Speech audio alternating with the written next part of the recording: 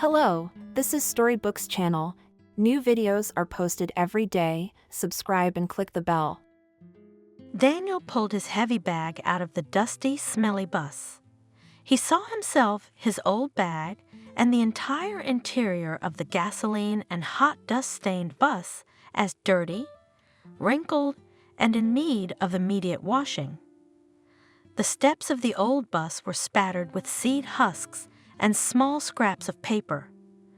Daniel slid his bag down them, kicked it squeamishly into the thick side, shaking it off automatically, and wiped away the sweat. What a heat wave this year!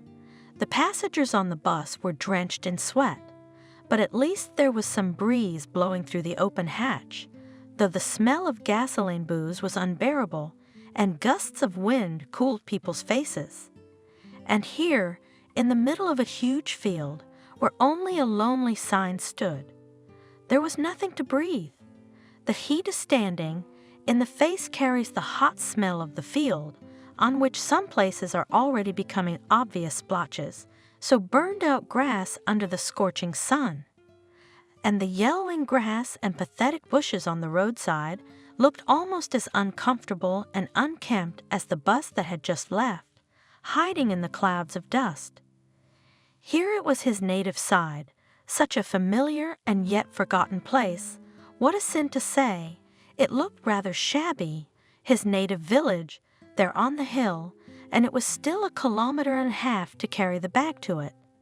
He wanted to get here as soon as possible. After all the things he had seen in the past few years, Daniel was not interested in this landscape, or the village streets, which stretched from top to bottom and were clearly visible from here. He was a practical man. Rather than reminisce about unfulfilled dreams, he should think better of where to stay. He didn't want to go straight to Lucy's house. Daniel followed the path that led to the center of the village. His second cousin lived there. They hadn't seen each other for 10 years, if not more, and there wasn't much friendship. But his sister might let him stay there. It was good that Abigail didn't like his ex-wife Lucy, so maybe it would work out. Daniel recognized the old woman who was coming toward him at once. A tall, heavy figure approached from across the street, leaning heavily on a stick and limping on both legs. There was no mistaking her for anyone else. It was their neighbor, the terror of the whole village, strict and fair Clara. Since she had worked all her life as the head of a dairy farm, she was used to giving orders to milkmaids and half-drunk cattlemen with a thunderous voice. She was also known for the fact that she was not afraid of any superiors, and she always told everyone in the eyes what she thought, and she thought in the collective farm way, in the owner's way, so that everything was fair. That's how she defined her attitude to life. She had no husband, so she lived on her own, taking other people's sorrows and troubles as her own. She was a true mother commander, masculine-looking, with a loud voice. On her feet, Mrs. Clara, she hadn't even changed, she was a flint. Daniel grinned to himself. "Oh, Baba Clara, great, not dead yet?" Cheerfully called the former neighbor. "Why should I die? The state owes me a pension for one more life." Granny Clara replied in a non-hospitable manner. "And whose are you, so cheerful? I don't recognize you. What are you doing, woman, Klaga?" "I'm Daniel, your neighbor. Lucy's husband? That's how it is. He's here, so he's here in the dust." It was obvious that Granny Clara was not happy to see me. She frowned, looked at the city's handsome man. "Well, yes, here he is. How long can one travel abroad? We have to get on with our life in our native country." Daniel tried to make the conversation positive, but the old woman had been known for her iron temper before, and over the years she must have hardened even more. It was not easy to get her to be cordial. "You could have gone on traveling and not come here. You have nothing to show off, and what about Lucy and the baby?" "Huh?" The grandmother waved her hand, and even spat in his direction. "You should go back to your foreign land. You must have lived well there. For so many years you have never visited your native son. Shameless." She went on her way, muttering curses and curses under her breath. No matter how Daniel had prepared himself for the various options for his return, he wasn't ready for this. It was not pleasant, of course. The very first one, that woman Clara, she ruined his mood. Daniel had never gotten along with her before. She'd always looked at him like a wolf, even when they'd been living badly with Lucy. Lucy never complained or whined. Daniel knew that for a fact. His wife was thin and weak-looking, but she had a lot of patience. I don't know why the old woman looked at him so unpleasantly. Yes, his homeland did not welcome him warmly. Daniel grunted and walked on, almost dragging his bag up the hill. The closer he got to his goal, the taller he grew, the more elastic his gait, and he carried his bag as if it were full of fluff.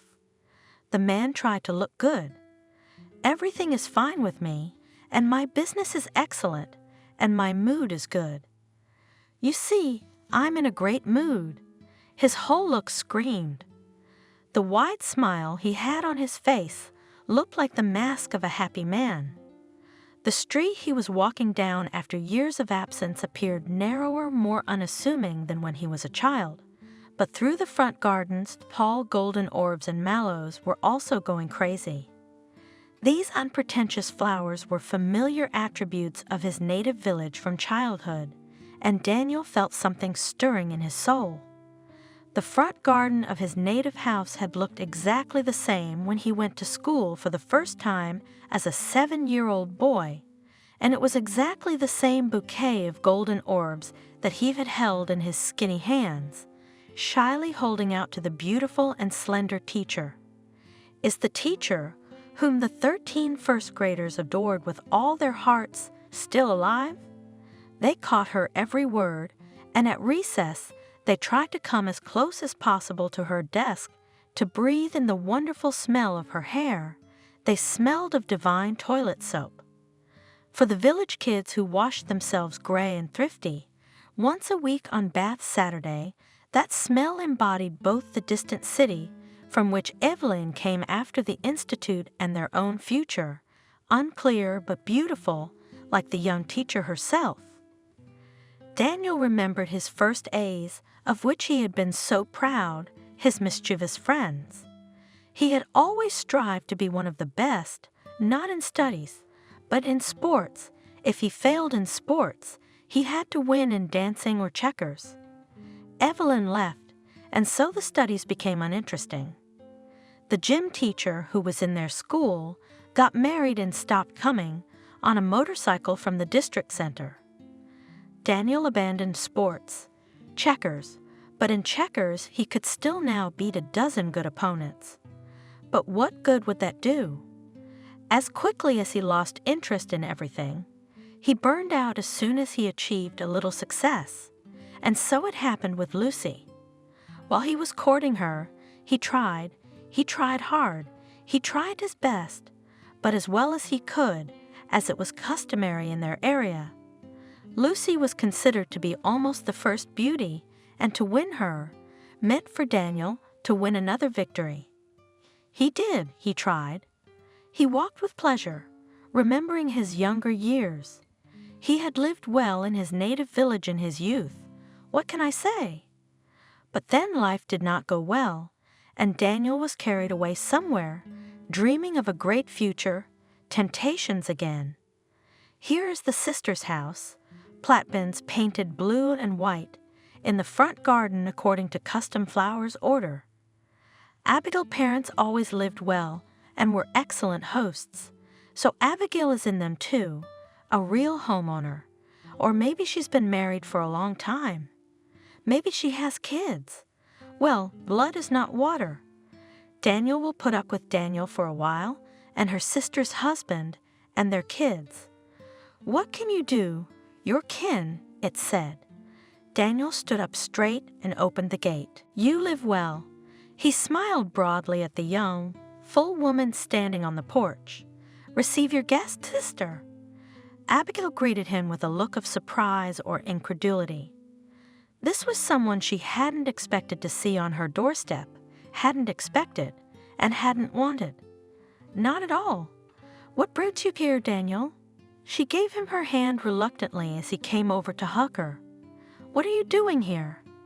"Well, so native places, you have to build a life, the years go by." Again he repeated, as if justifying his arrival, from somewhere taken, as if memorized phrase. "But come in since you're here." Abigail did not look at him kindly either, but went forward, opening the door to the house for Daniel. The hut was as clean and bright as ever. Daniel remembered the comfort of Abigail's home. Everything was in good working order, nothing in need of repair, no ruin or helpless woman's hand. Daniel noticed that at once, with that familiar rustic look. There was a portrait of Abigail with a handsome, curly-haired man hanging on the wall next to his parents' pictures. "Who's that?" "Your man." Unceremoniously, he pointed him out to Abigail. "Handsome. Have you lived here long?" "Is he at work?" "We live as long as we have to." The sister replied dryly, "He's on shift for a month at a time." Daniel was a little upset about her unknown husband, but she kept her spirits down. "Abigail, but I'll stay with you for the first time. Because, there's no telling." He waved his hand somewhere uncertain. "And what are you thinking of going to Lucy?" Abigail shook her hands in amazement. "I don't know, Daniel, but I'll tell you straight. You were mean to them. I wouldn't go near a man like that if he'd done that to me." Indignation was written all over the woman's face.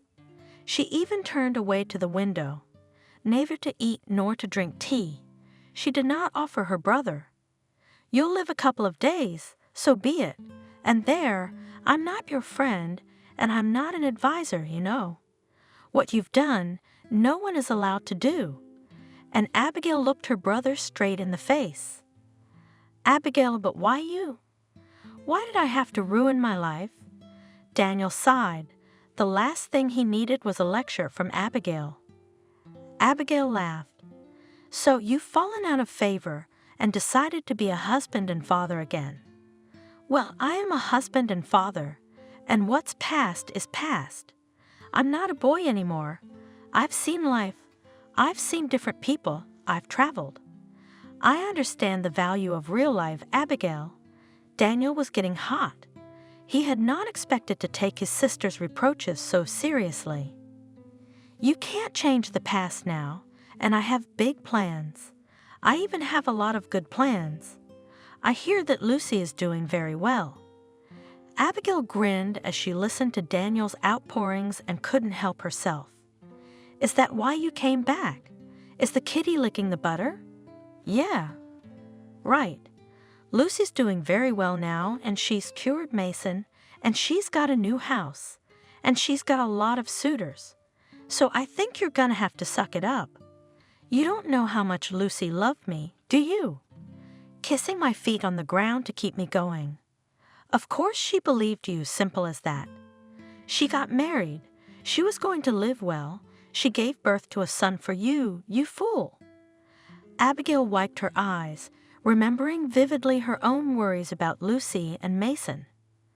"Don't be so hard on me, sister," Daniel said peacefully. "I'll stay with you for a few days and look around. You'll see how happy she'll be when she finds out I've decided to go back to them." "Yeah, right?" Abigail was outraged. "You've been gone 10 years. What are you hoping for?" "Lucy, she's kind." Daniel smiled crookedly, convincing himself first. "She'll be glad to see me. You're a fool to be happy with you." Abigail cut him off. "You're mean, Daniel, really mean. No matter how you justify yourself, you're not a man. We'll figure it out." Daniel protested. "I was not the last man there either. I worked at the construction site. Do you know how I worked? Ask anyone. I worked hard. No one had Abigail to ask about him. and there was no reason to. She knew perfectly well who she was dealing with, lying and deceiving himself as always. He seemed to talk himself into believing his own words. He protested and went back to persuading himself. "You're Abigail. Remember, I'm a handyman. I can do anything if I want to. The main thing is to set a goal. If I have a goal, I'll achieve it. That's just the way I am." Daniel looked at his little sister and tried not to notice her judgmental, purely womanly, a little pitying look, and it was unclear whether Abigail actually felt a little sorry for him, or whether she was sorry that he was really her relative, a third cousin, a brother. And he again pretended to himself that he had not heard, but he had.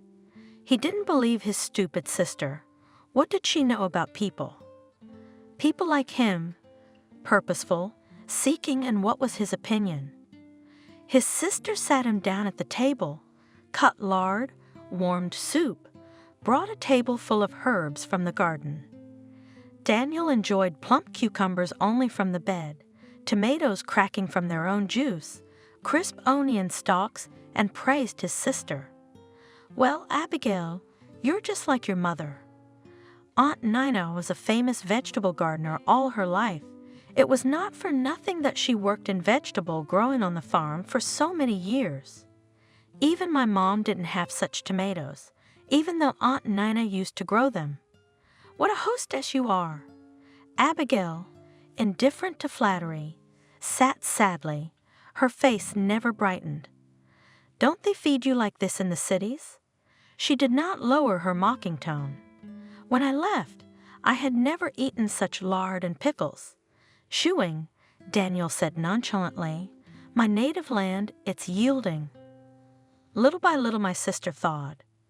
"Daniel, you haven't found happiness in distant lands." She sighed contentedly. "Lucy, your Lucy, she left too.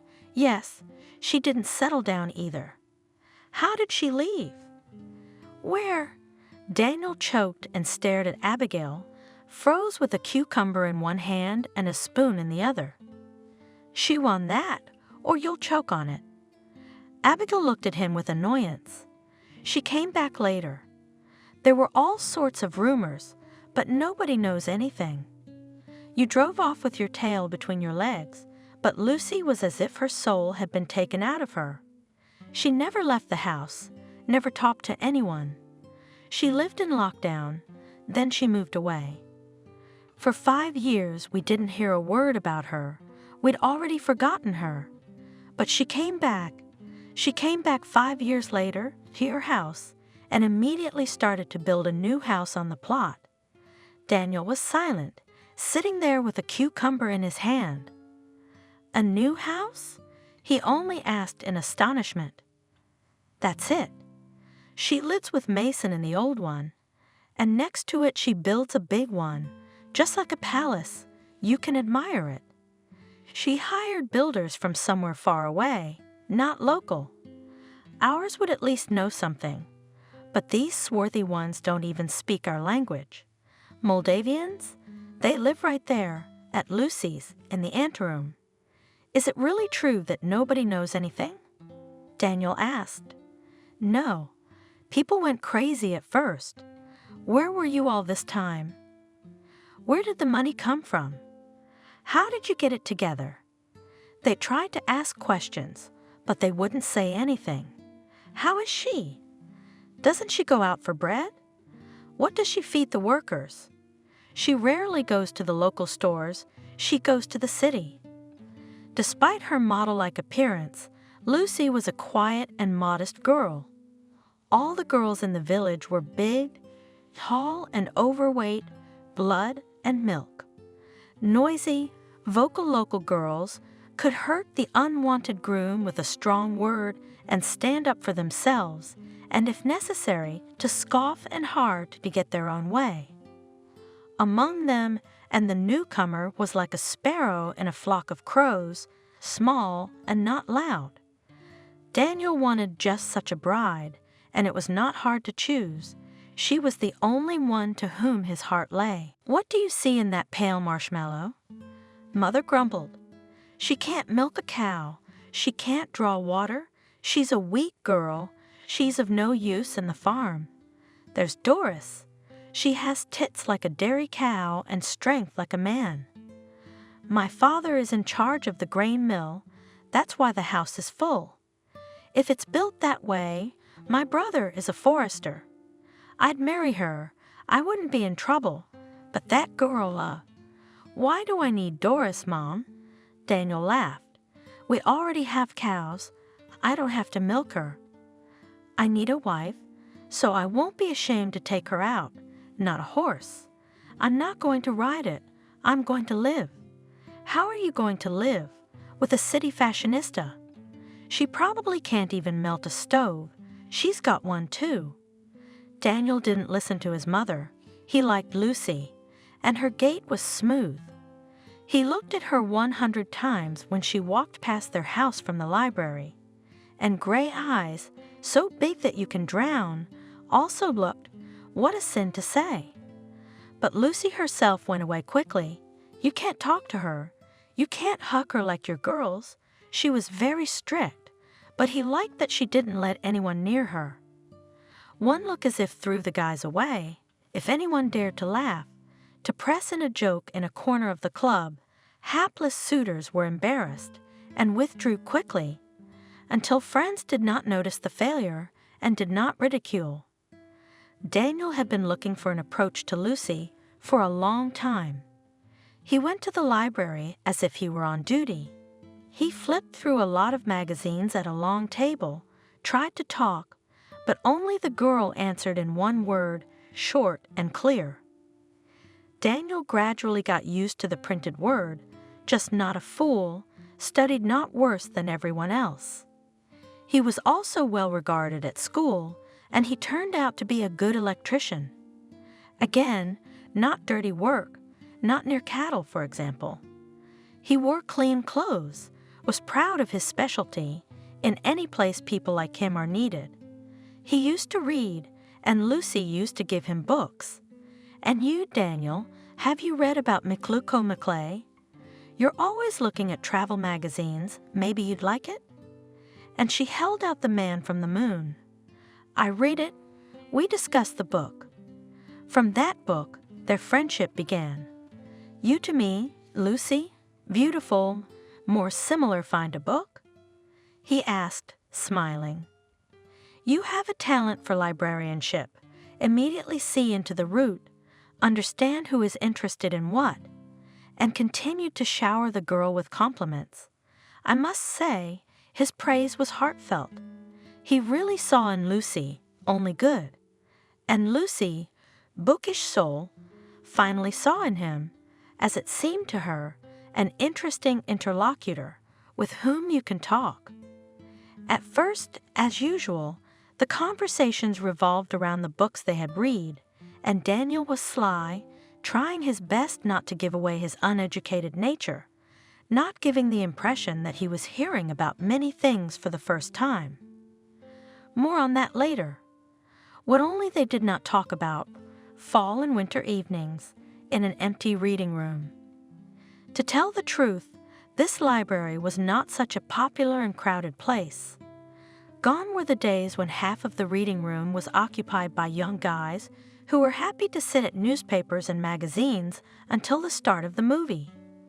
Regular readers, really keen book lovers, went in the afternoon. Children from school were also brought in during school hours or right after school, and then the quiet hall was filled with children's hum. Printed editions on the tables were scattered in all directions, under the children's quick hands. Children would come in whole classes, talking and laughing, and on such occasions Daniel would leave at once to return in the evening when Lucy had finished her work and was going home. It was especially good for Daniel to be here in bad weather. There were no people, no one walking in the rain or blizzard to the library. Outside the window of a blizzard or rustling rain, you could hear someone slapping on the puddles, and the library was warm, the radiators crackling cozily, and he and Lucy just the two of them. He was enjoying himself and sinfully proud. The prettiest girl in their village, there she was right next to him. If you wanted to, you could take her hand, stroke her blonde hair, and most importantly, you could stare at her as long as you wanted and admire the major movements of her hands, watch her speak, watch her lips part in a smile. About the big gray eyes, he would have liked to write poems, but only could not. He felt it all deeply, as it seemed to him, in his heart, but he could not tell about it, even if he died. "Lucy, let's go to the movies. They brought a good movie today," he said once he made up his mind. I must say, while they were talking about books, Daniel could still explain himself, but when it became clear that it was necessary to somehow move forward in the relationship, again confused. "Let's go," Lucy agreed unexpectedly quickly. "I saw the poster. I really wanted to see it. I'll come closer to the beginning and we'll go together." The guy was happy. After that, he was already considered a legitimate escort according to village customs, and Lucy did not recognize anyone except Daniel and did not want to recognize him. She had already, as it turned out, become imperceptibly accustomed to him. "You guy, you're getting there." His mother scolded him angrily at home. "Look, you'll be tormented with her. You'll do everything yourself, mark my word. Then don't take offense at me. I warned you, we need a strong woman to take care of the house, not this doll with books. Mom, stop your whining." Daniel snapped languidly. "I'll get married anyway, you know me." They continued such angry quarrels until spring. Finally, at one opportune moment, Daniel made up his mind and asked Lucy, "Why don't you introduce me to your parents? You know all my parents, you know all the people in the village, and you have already recognized me." "What parents, Daniel?" Lucy was surprised. "I'm from the orphanage. I have no one in the world, no relatives, no one. I can only introduce you to the director of the orphanage. She is a wonderful woman. She was like a mother to us. I always write her letters." Deep down, Daniel was even happy. Lucky, God forbid. No one would prevent them from living as they wanted. No one would interfere in their lives. No one would command them. He had had enough of his own mother. She teaches and teaches, she's exhausted. Mother surprisingly calmly perceived his decision to marry when she learned that the future daughter-in-law round orphan. "It's for the best," she said. "Ours will be ours our way, and she'll live her life." But Daniel immediately declared, "Well, no, we will live separately. With you will not boil the porridge. You with your moralizing will not give us peace. So, sorry. Goodbye. We'll come and help you. Just call us. But old and young should not live in the same house." "Wow, you raised a son." The mother wailed. "Why are we throwing you out on the street?" From time immemorial, a bride was brought to her mother and father's house. "I've made an agreement with the chairman. There's an empty house near the board. Remember? They'll give it to us for the first time, and we'll buy it back from the village. Well, it's a nice house. Mother has accepted it. Don't forget your mother. Do you hear me, son?" Heaven in a shalash, and their shalash was good, in the center of the village, even to run to his mother, to fix the fence or wipe the floors. The library is close. The young lived for 3 years without grief and worries. They seemed to live amicably. There were no reasons for quarrels. What else? Unless they had a baby to complete their happiness. And that was the stumbling block. Lucy got pregnant. She walked with shining eyes and quietly rejoiced at the upcoming happiness, but it turned out that Daniel did not dream of a child at all. "Come on, Lucy, let's live for ourselves. Why do we need a baby now? We're still young. What are you doing?" Lucy was amazed. "What do you mean? Why have a baby? It's the most important thing in life. It's the most important thing in life. Yes, you'll have time to give birth 100 more times. Her husband is boiling. Now he's going to tie you up. Let's make a deal. You can go to the abortion. 5 minutes and you're free. Can you believe it? No, no way. Lucy cut me off. I've never had a family. I want a complete family so that my son or daughter has a father and a mother, a grandmother, relatives to be. Unknown heredity, childhood in an orphanage, it's all taken its toll, of course. And she was so depressed for the whole 9 months she carried the baby. Lucy was having a hard time. The pregnancy was complicated. Lucy was hospitalized several times. Daniel became depressed. The usual way of life threatened to be disrupted. Instead of a measured, comfortable life in his own pleasure, he would have to listen to the crying of the baby all night, to do something for him, and Lucy would not be his at all. Already now, just on the threshold of the troubles, he suffered so much that no one will not show a little. He's not groomed, not fed. My wife used to hang his ironed underwear on a chair after the bath, down to his t-shirt and socks, and now he washed on Saturday in his mother's bathroom, so he could hardly find the right clothes in the closet. I couldn't find socks, so I had to wash the dirty ones myself and wait for them to dry. Of course, I went to my mother's house for lunch, not with different Mirandas, as Lucy spoiled him, but still home food, normal. He grew up on it, and nothing happened to him. But he wanted beautiful, healthy dishes for his stomach. Daniel was used to variety, but his mother's old woman had a menu. Soup and potatoes in 3 kinds, fried, boiled, and baked. He would have slept at his mother's, but she talked too much. Daniel was getting tired of the boredom of old age, as he called it. The house was boring, uncomfortable. There was no one to talk to. The floors were dirty. There was dust on the tables and shelves. The mistress had been in the maternity hospital for 2 weeks.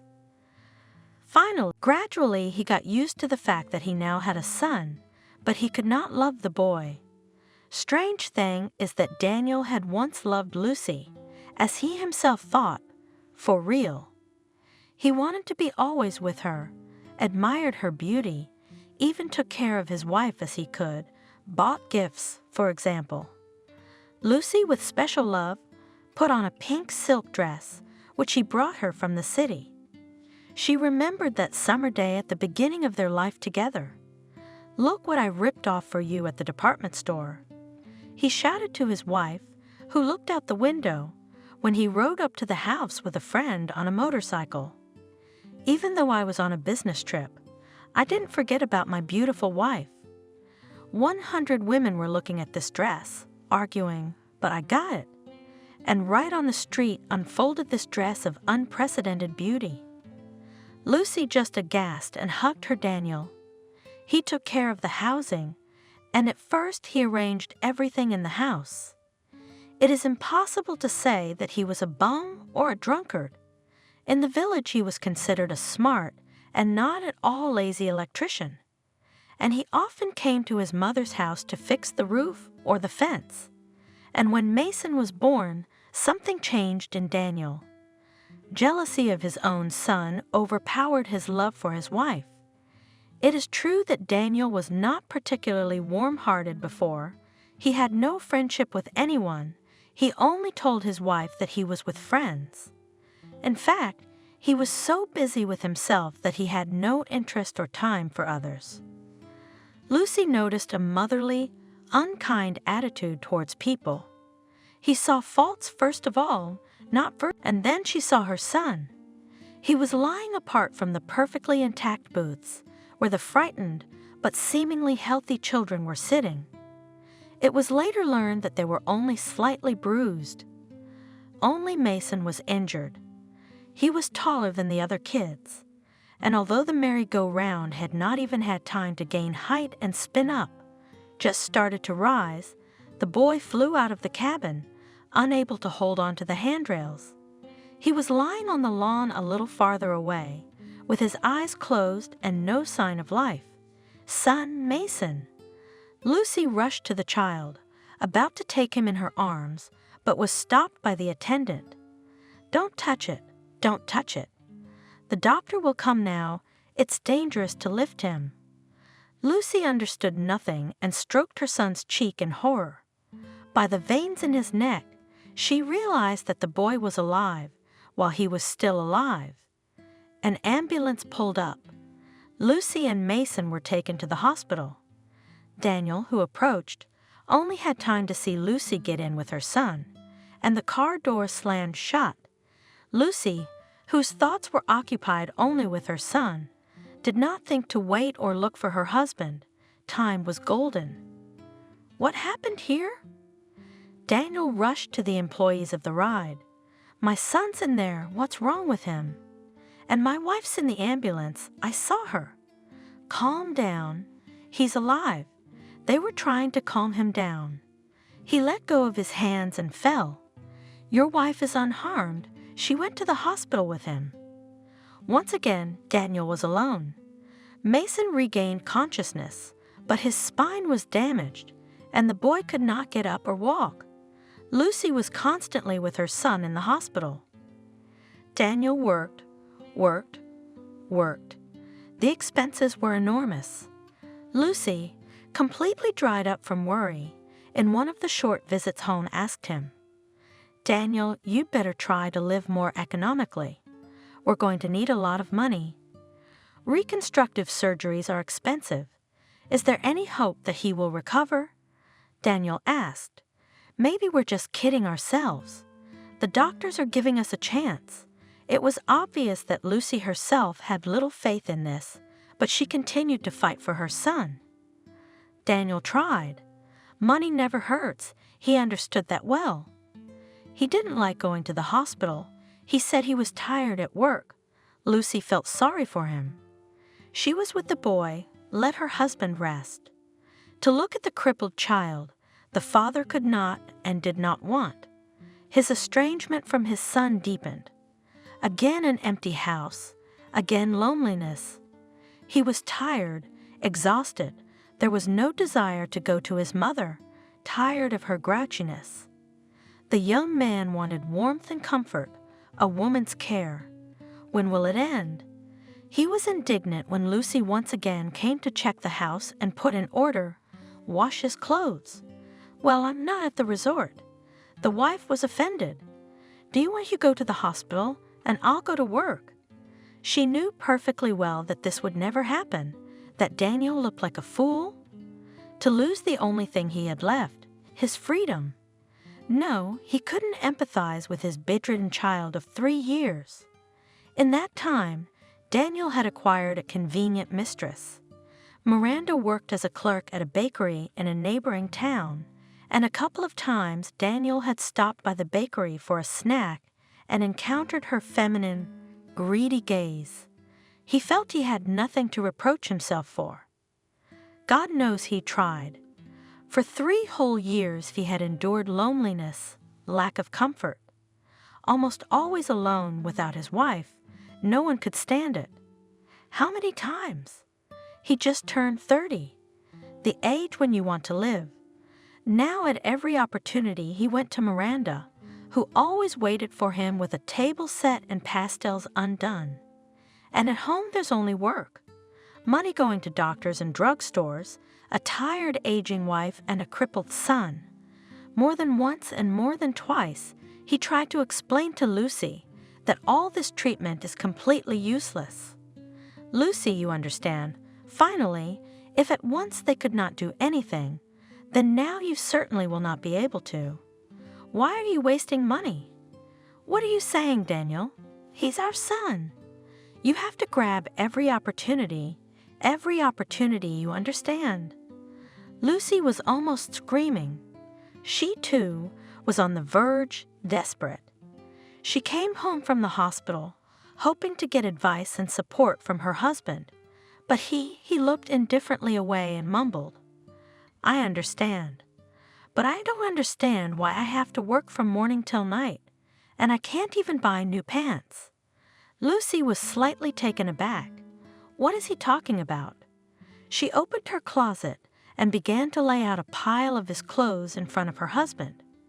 "Do you have nothing to wear? Aren't you afraid of God?" "I'm going to throw out all this old stuff," Daniel shouted, his nerves strained to the limit. "Are we a family or an infirmary?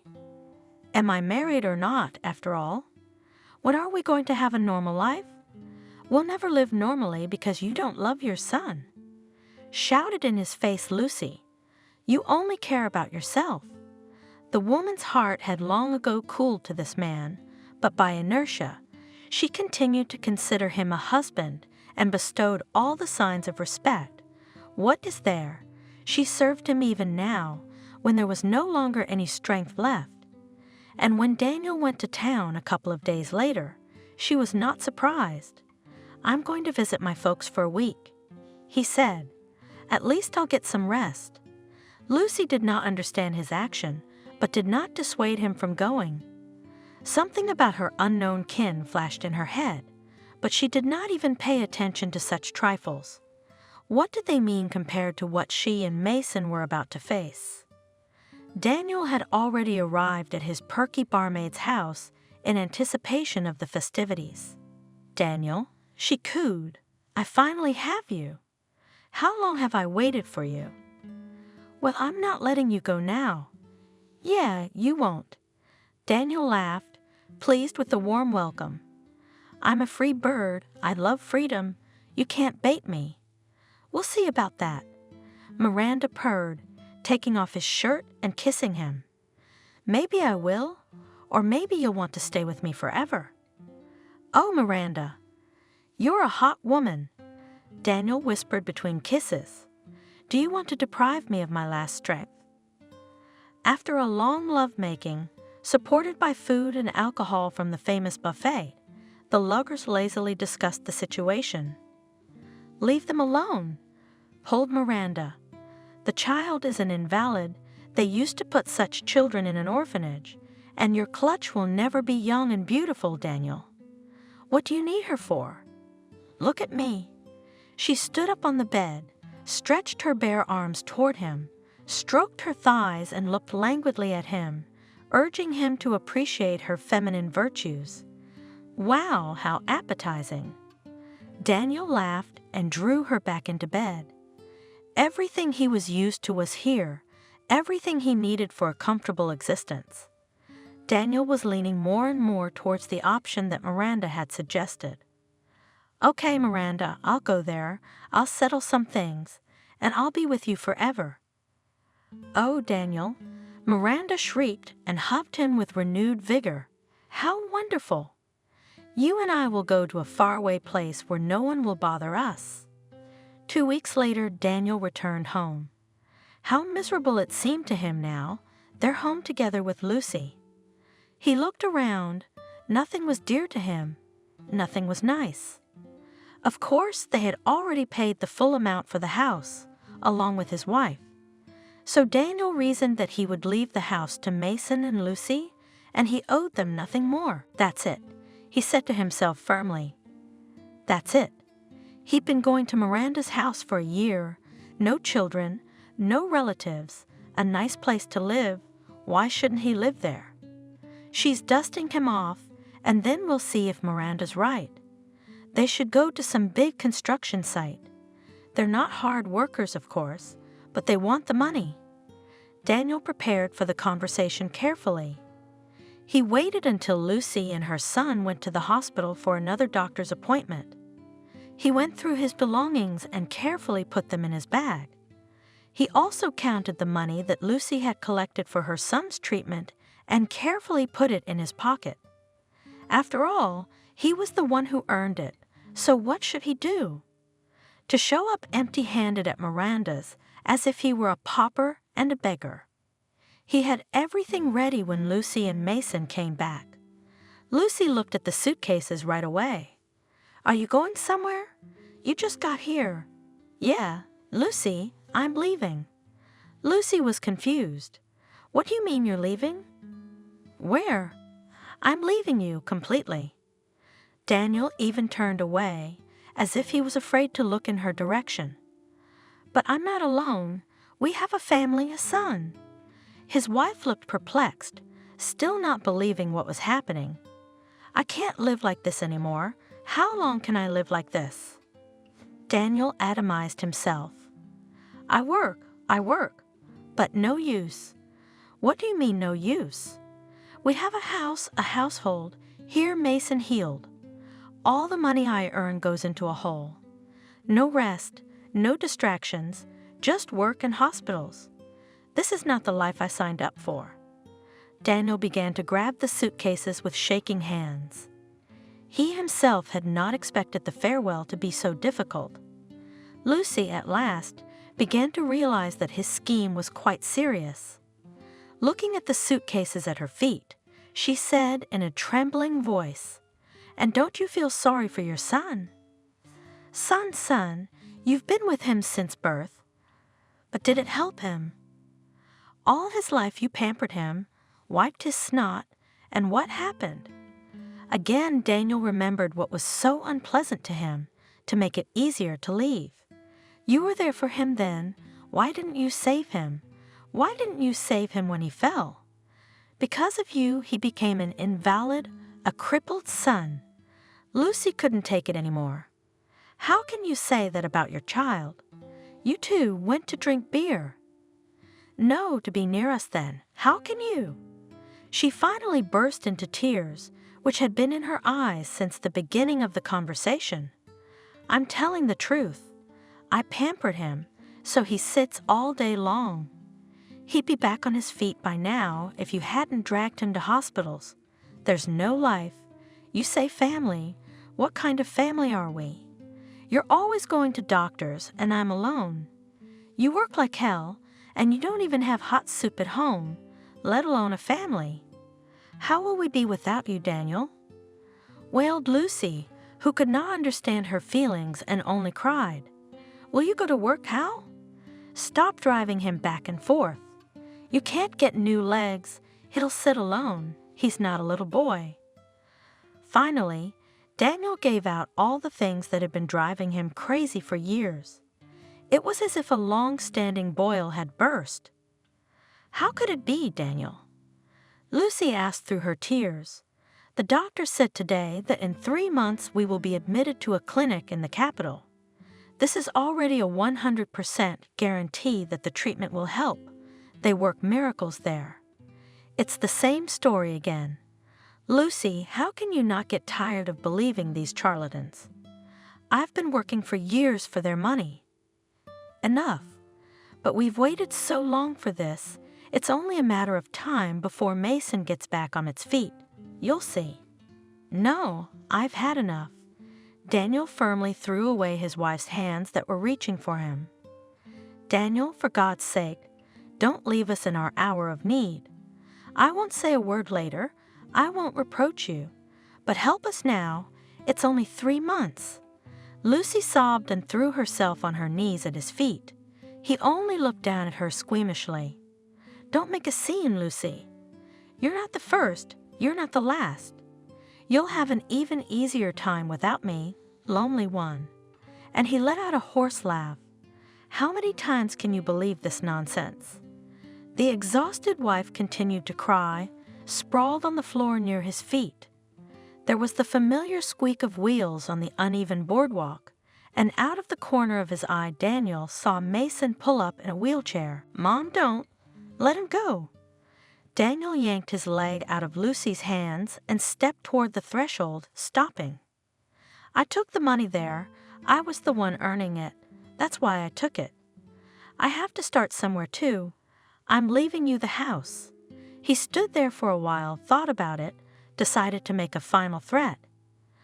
"Don't file for alimony, or I'll sue you for half the house." Lucy sobbed with more despair, and he hurried out. I didn't want to hear her make a monster out of him. As I was closing the door, I turned around and met my eyes with my son. It wasn't a child's look. It was a look of disgust and hatred, a look that made Daniel uncomfortable. For the next 10 years, wandering through other people's apartments, lounging in other people's beds, he remembered Mason's deep eyes. All the happy moments of his life were poisoned by that look.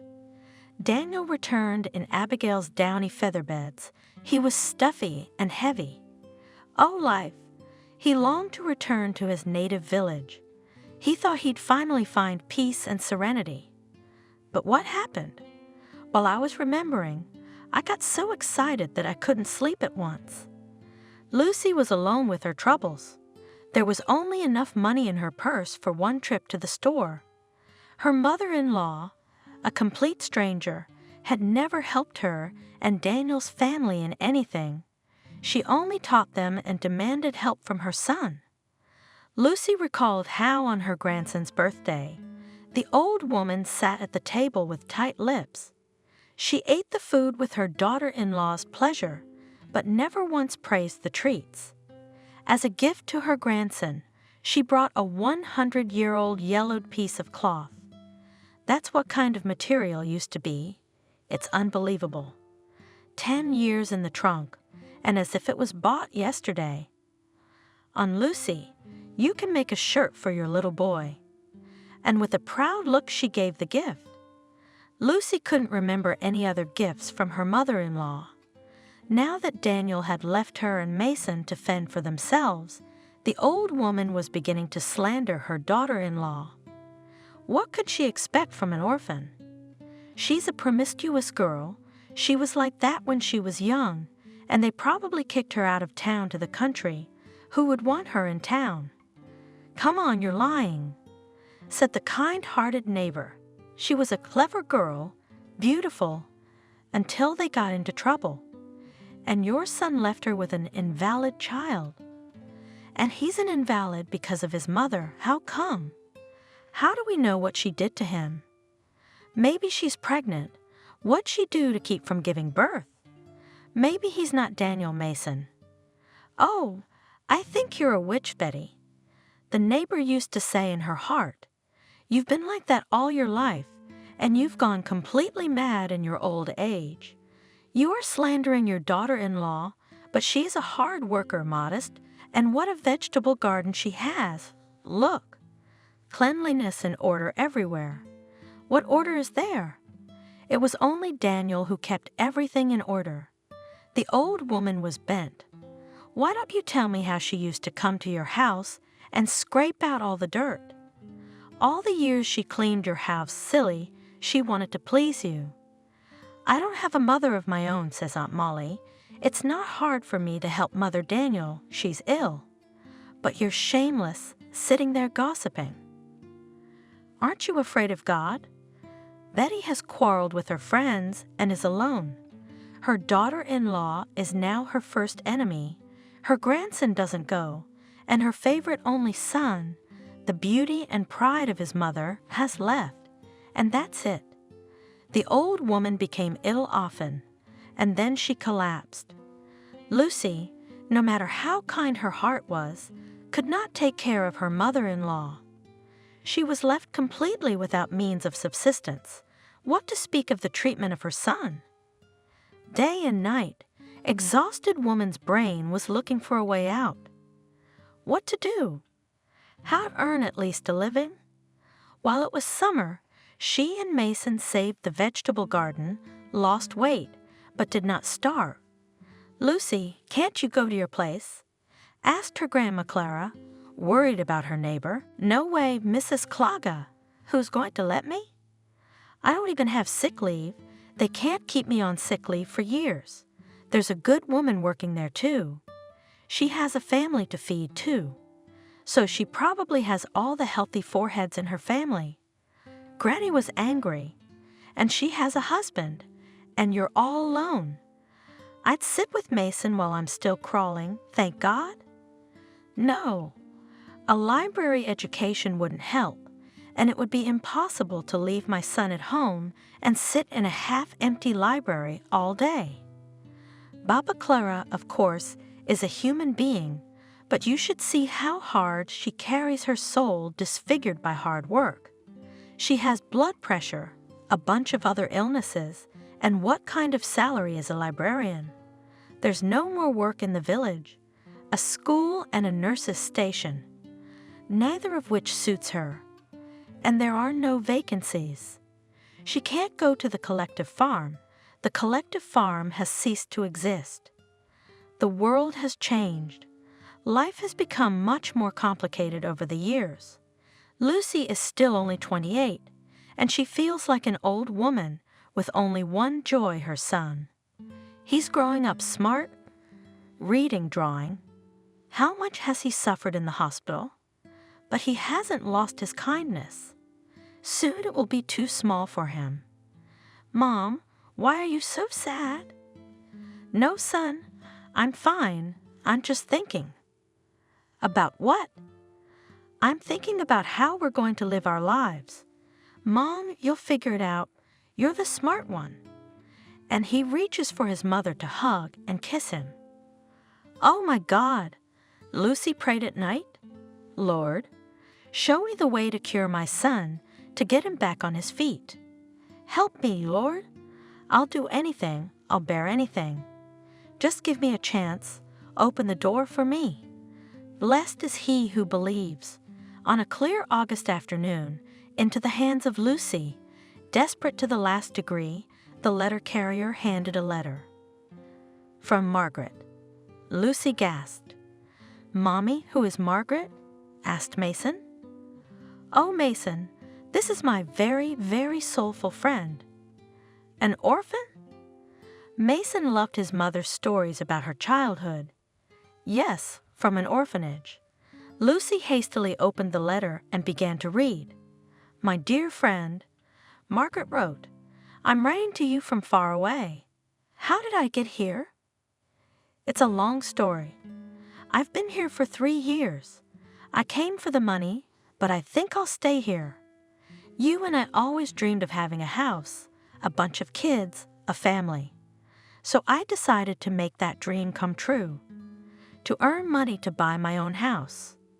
I didn't get an education. I knew I'd have to work wherever he put me.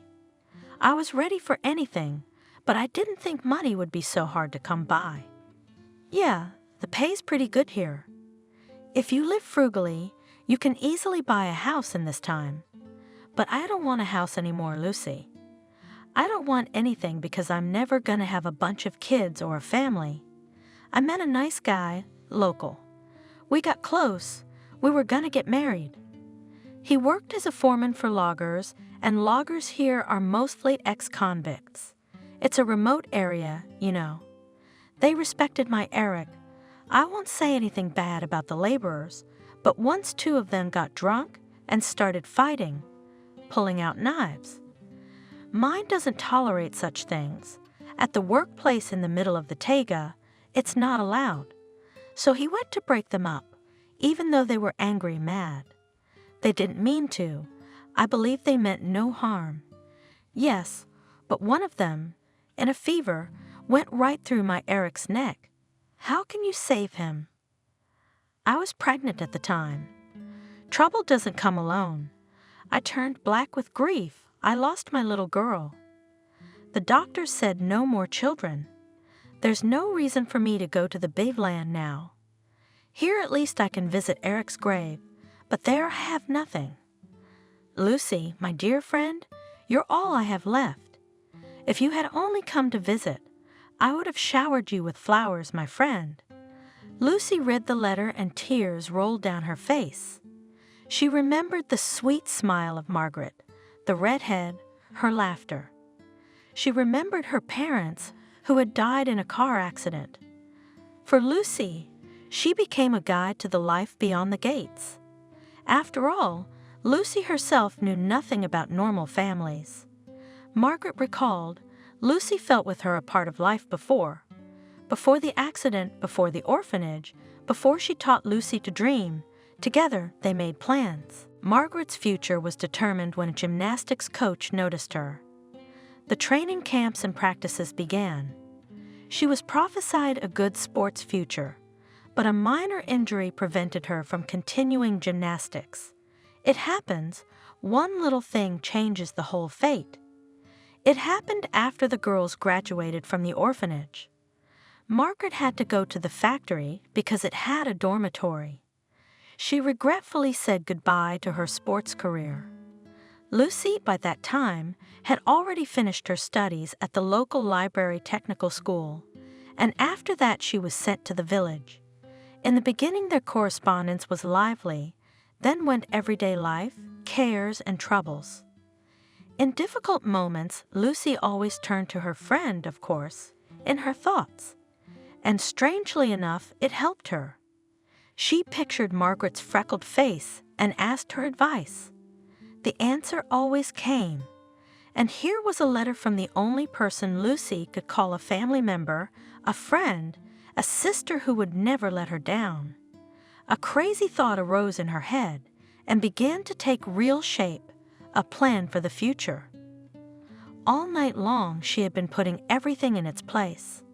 In the morning, despite the sleepless night, Lucy got up cheerful and determined. The task ahead was even more difficult.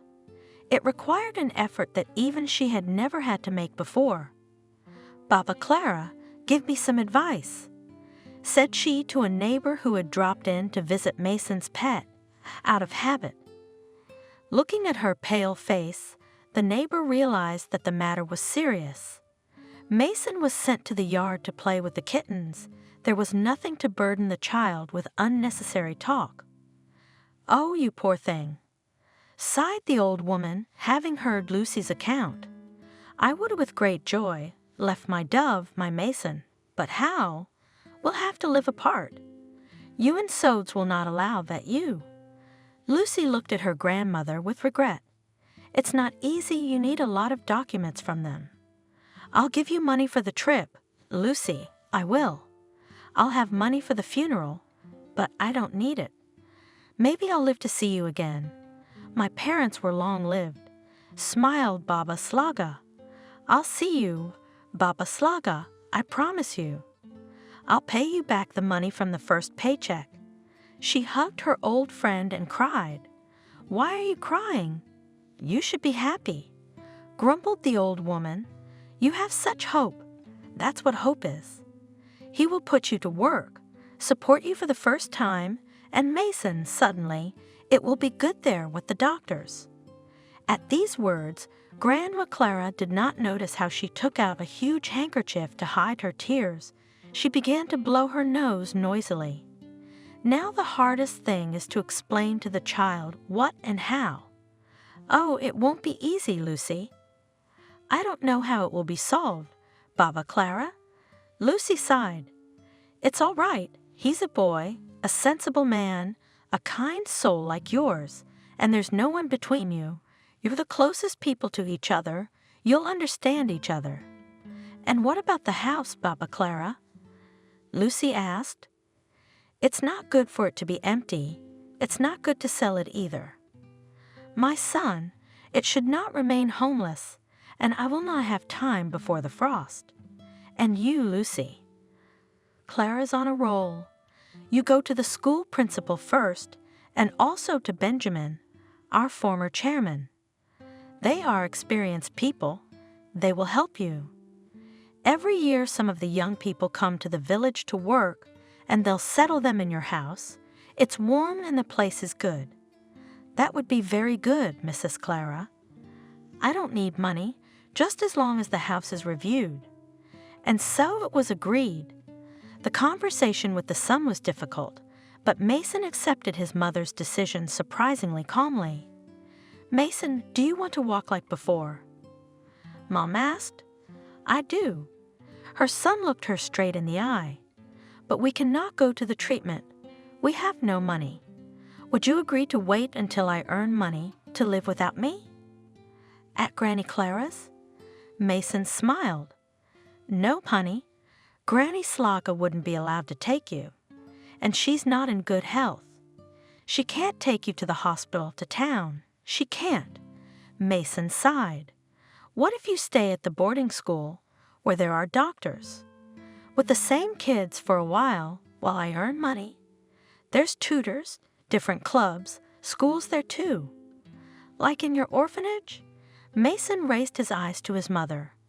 like in my orphanage. Lucy nodded her head. And you'll make friends there. Mason spent almost 3 years in a center for children like him while his mother worked up north. Just as Lucy had been told earlier by the social worker, the internet was very good indeed. The social worker, an elderly woman, had been offering her the place for a long time. Realizing how hard it is for a single woman with a disabled child, "You made the right decision, Lucy," she reassured her. "There is a very good team of teachers. Doctors are attached to sick children." How long will it take to collect the documents? Lucy was worried about something else. No. This procedure has been worked out for a long time. You can't imagine how many parents of disabled children find themselves in a difficult life situation. That's why we process everything according to the data we have. The registration of Mason was quick. And now, they are already saying goodbye at the door of the local school, as the boarding school was called in the city. "I'll sing you a song every night, just like at home, do you hear, Mason? Wherever I am. Now I'll get in a wagon and go far away. I'll go a long, long way. But every night when you go to bed, I'll sing for you. You listen and you'll hear it. And when will you come, Mama?" Mason tried very hard not to cry. "Son, I'll write to you every week. How much more money do you need to start walking?" "As soon as I get the money I need, I'll come right over." Two hearts were torn apart. How do I get to her? How long is the train? How to dress so as not to get into trouble at this time of year? About all these things, Margaret wrote in her letter. Lucy didn't even bother to reply to her friend. Instead, she only sped up her actions. And so she was on her way to the unknown, for the first time in her life to a faraway place. Margaret could not meet her, unaware of her friend's decision. Lucy herself had to settle down in a gray town surrounded by mighty taiga bounties, the best earnings we have at the logging operations. Her traveling companion cheerfully told her, happily eating fried fish bought at the station. "The work is hard, but don't go to the librarians. It's the same petty pay as in the big land, not even enough for clothes. I don't even have clothes that fit." Lucy was afraid. The woman laughed. "Fool, so there in overalls and tools, all issued. Yes, such overalls that nowhere else you will not find such warm good." A good-natured compartment neighbor explained a lot of things to the inexperienced girl, saying goodbye fussed. "And you remembered my address, or what if you can't find your friend, where to at night?" "Look, that's where I live. If you ask for my name and surname, anyone will show you." And she showed me the street leading away from the station. And Lucy had to look for a new acquaintance in the dark night. While she was waiting for the bosses, while she was being registered for work, for the unknown position of a lopper, it got dark. "What dormitory?" The boss, a fat man of imposing proportions, was surprised. "We only have a tent city here. Don't you see there are almost no real houses? You can count them on your fingers, but in the forest, yes, there is comfort. You'll live in a cozy wagon there, young lady. Let's get your overalls in the morning, and then we'll take a lumber truck to the place. Yes, don't worry, people live here too, not wolves." And he laughed loudly at his joke. Lucy returned back to the station, from where she went down the street indicated, to the place where there were real, according to the cheerful chief houses. The guest was received cheerfully, fed, put to bed. In the morning, sitting in the high cabin of the car, Lucy gazed into the faintly lightening distance. She was not a coward, but she did not feel heroic. Only ashamedly thought that yesterday she had missed the evening treatment. Before going to bed, closing her eyes, she had sung a song to her son to herself, but fatigue had plunged her into sleep earlier. So not without the help of new friends, Lucy began to work in the taiga. In her naivety, she thought to see her friend here on the first day. If only she knew how many 1,000 people were cutting wood and chopping off limbs, stacking huge logs on more loads. So far spread the lands of this timber farm that Margaret, she met only thanks to the word-of-mouth radio, through many fellow travelers, sending her greetings. All the more joyful was their meeting. "Come on, Lucy, I'll talk to you, so that you can be transferred to us," Margaret said. "Everyone knows me. I'll talk Charles into it." Charles was the name of the bulky boss who'd hired Lucy. "He'll fight, of course." Margaret smiled. "He'll say, 'You can drop your lady stuff,' but he can also transfer. He's Sutton, and Lucy is already used to her brigade." "No, Margaret," she answered. "My take care of me, do not laugh at me, patiently teach me everything, as I am now from them at once, only to a friend under the wing got. I'll stay at my place. Now we'll be near each other. I'll see you." The work was hard. The day was like another day. My hands fell off by evening. The frost dried my cheeks and tore my lungs. In summer, mosquitoes and nuss, the heavy, hot cedar spirit. People tried to take fewer days off so that they could work and go to the land sooner. Someone strived to earn money and chased the intended amount, but only few people succeeded. In 3 years of hard labor, Lucy had aged 10 years. Every once in a while, she looked in the mirror and was horrified. Would Mason recognize me? She wrote to him every week, received cute drawings, then letters from her son. In spite of her age and ailments, Grandma Clara visited her favorite boy at the boarding school several times. There was a bus to the city. That comforted Lucy a little. "I owe my whole life to Baba Slaga," she told her new colleagues. Especially she became close to an elderly woman, Camille, who arrived in place of the cook who had gone home. It would be more accurate to say that the old woman was very insistently asked to work. She had long been retired, agreed only out of respect for the past merits of the boss, if humanity can be considered a merit. She agreed, Camille, to replace the cook who had left for a while until someone new arrived. Her health had been compromised by years of living in these parts and hard work. Since she and Lucy lived in the same trailer, there was no end to their conversations. Camille was attractive in her modesty and simplicity and could give good advice. She had lived in this area for many years. "How did you get here, Camille?" It was a question that excited Lucy very much. "I was a romantic girl," she told Lucy. "A gymnasium girl of the type who fell in love with a man to death, and he went to prison. He did time, and after his sentence, he was exiled here." "What did he put you in prison for?" Lucy asked. "Surely you couldn't love a thief or a murderer." "Don't be silly, child." Camille dismissed him. "He was a man of noble blood, a lawyer by education, from a fine family, father a professor, mother brought up children. She fulfilled the true purpose of a woman, mind you." "Oh my!" Lucy was surprised. "So what happened?" "Human meanness.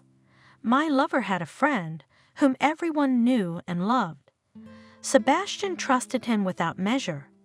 They worked in the same department, positions of almost equal importance. It was necessary for this friend, somewhere in the corridors of power, to hear that Sebastian is prophesied in the chief's promotion, so he is prepared.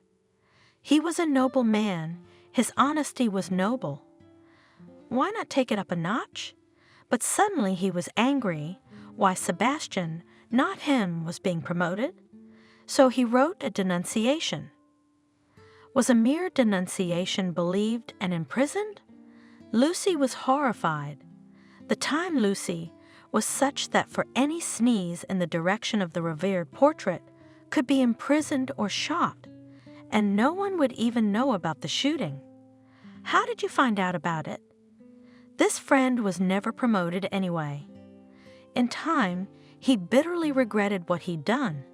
He didn't think that Sebastian would die here, and soon that man's wife was also taken on the workers' complaint. She was a doctor and of undesirable nationality, and his friend loved his wife. Childless, he was going crazy with loneliness, and his conscience must have tormented him too. He left the confession and trusted it to a trustworthy person, and then he took his own life. He knew his wife would never come back. What kind of man is he? Lucy was outraged. He took the life and happiness of so many people, and himself too. My husband is the same, and I'm sure he won't be happy either. What did he do? Is he the reason you're here? Camille asked. Because of him. Lucy sighed.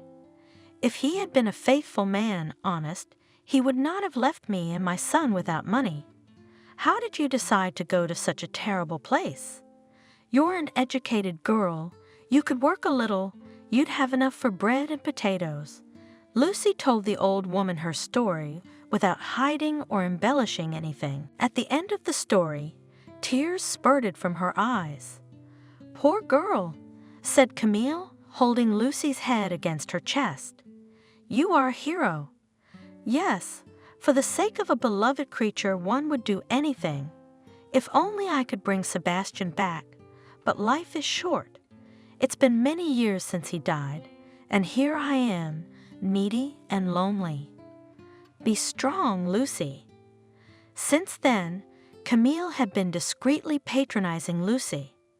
So, kind, though seemingly stern, she was always making sure Lucy dried her clothes, tucking in better pieces of food in the dining room.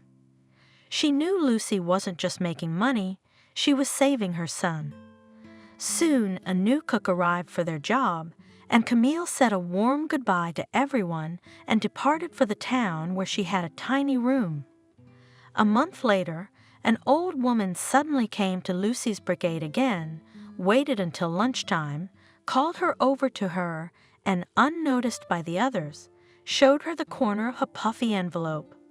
Here's the money, she said in a low voice. Lucy wanted to say something, but the old woman signally ordered her to be silent, quiet, and they killed for less. There are all sorts of people here, God forbid, and don't even think of refusing. I have no relatives.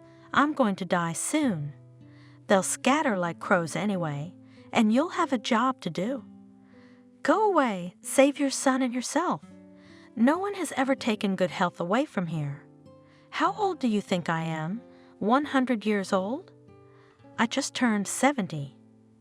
There was enough money to do 3 Mason surgeries. Lucy took the money and left. My son had the surgery, and he started walking. Restoring mobility was a long and difficult task, and it required a lot of money. It was only Camille's gift that made this miracle possible. Mason worked with the best physiotherapists, practiced physical therapy, and constantly strengthened his legs. And a year later, Lucy returned to the distant Tega town and took Camille to herself. The old woman cried, almost kissed her hands, saying that she had acquired a family. She had grown old, but she kept her activity and lively mind. So the 3 of them lived together. Camille worked hard in the vegetable garden, helped Lucy a lot around the house. It seemed there was no skill she didn't possess. Babs Camille, where did you learn to do that? Mason wondered, munching crisply on her baked waddles. At Granny Clara's, and they're not so tasty. But don't tell her that, she'll be offended. Camille and Mason looked at each other conspiratorially and giggled. Both old women had a temper, but their age, their shared memories of the past, kept them close friends. They often posed on the bench, one big as a bear, the other small, dry gray knot on the top of her head. Nothing of Lucy's past life in the village, of course, was recognized. The old women were silent as partisans. Lucy made a pie in the morning. While she was making the paste, preparing the filling, The sun rose quite high. "I'll be ready in time for lunch," said Lucy, and began to heat the oven. At that time, a dog barked in the yard. Lucy came out and was stunned to see Daniel standing on the other side of the gate. He was smiling at his ex-wife as if nothing had happened. Following her mother and Mason went outside to see who it was. The dog didn't usually bark at his own, so it must be someone else. Lucy walked to the wicket gate, throwing to her son on the way. "Mason, get away from the sin." The son walked slowly toward the house. Lucy did not look in his direction. Her heart was tearing out of her chest. The hated man stood on the other side of the fence and smirked. He hadn't changed much even in those 10 years, only became, as if shallower, uncasey, and maybe now the ex-wife saw him with different eyes. "Why did you come?" Coldly, Lucy asked him. "Go where you came from. There's nothing of yours here." "I didn't come here to demand anything."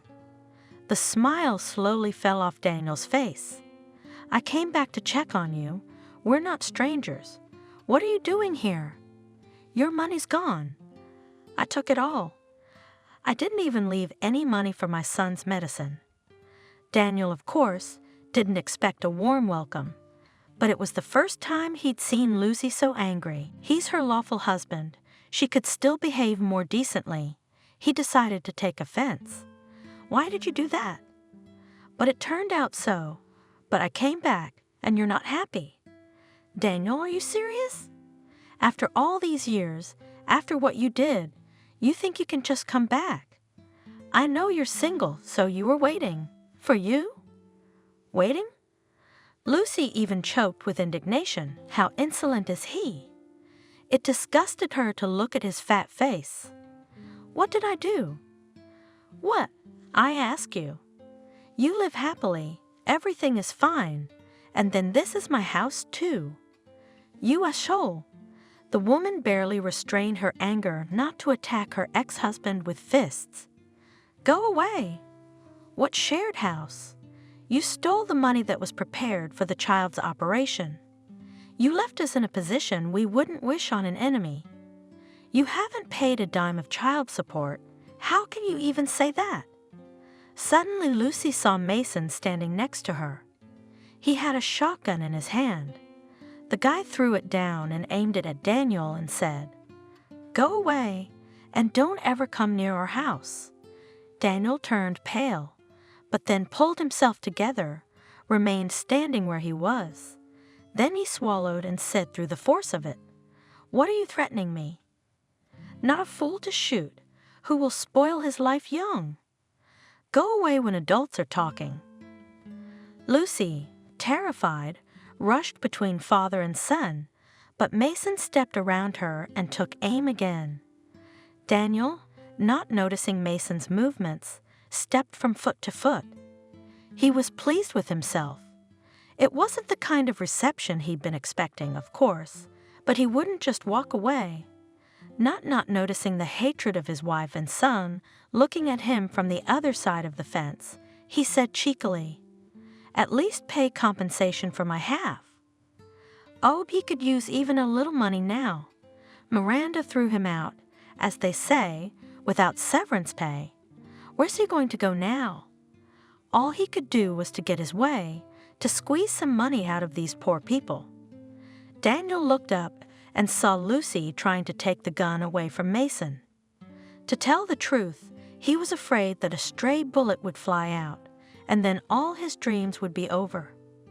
But then an old lady appeared next to Mason and Lucy, as if from under the ground. She gently took the gun from Mason's hands. "Don't do it, grandson. He's right. Why would you ruin your life? For something like this. You got everything to look forward to, but I got nothing to lose." And Camille very professionally dropped the double-barreled shotgun. Daniel, despite his fear, even laughed. What a scene!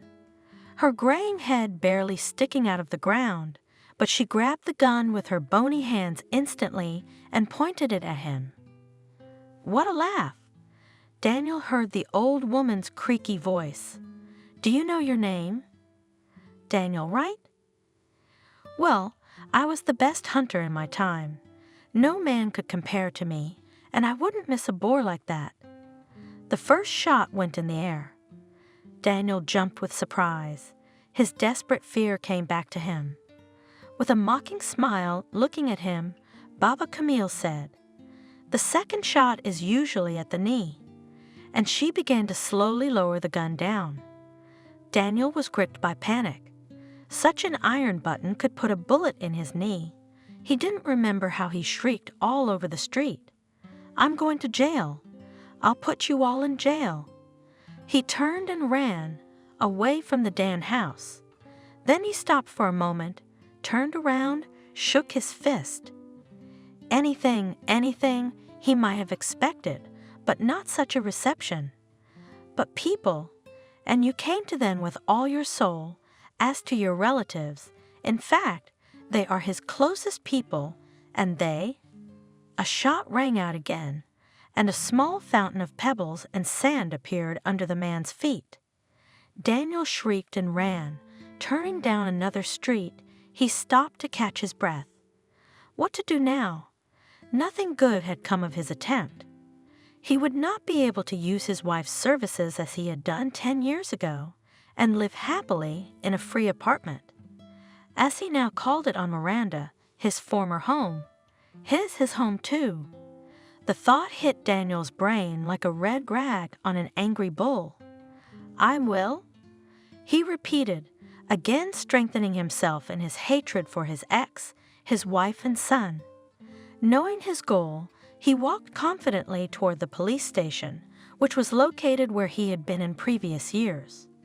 Before opening the doors of the police station, Daniel shook himself off, breathed and gathered his strength, and then he shook himself back to his former indignant state and stepped inside with determination. "Hello, who can I complain to here?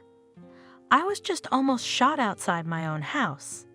And the freckled boy in a police uniform, sitting behind the window of the duty officer, looked at him indifferently and lazily said, "Come on, there have never been any murders in our village. But come with me now, I'll show you who shoots at the feet of peaceful people and threatens to shoot them to death. Who attempted to kill you, citizen? The old woman's crazy. She belongs in a mental institution. She might shoot someone else. So what? Does she have the rifle?" The officer on duty asked with a sneer. "A hunting rifle.